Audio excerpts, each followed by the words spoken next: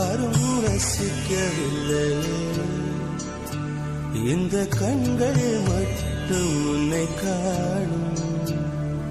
தென்றல் போகின்றது, சோலை சிரிக்கின்றது, யாரும் சுகிக்கவில்லையே. இந்த கைகள் மட்டும் உன்னை தீண்டும். காற்று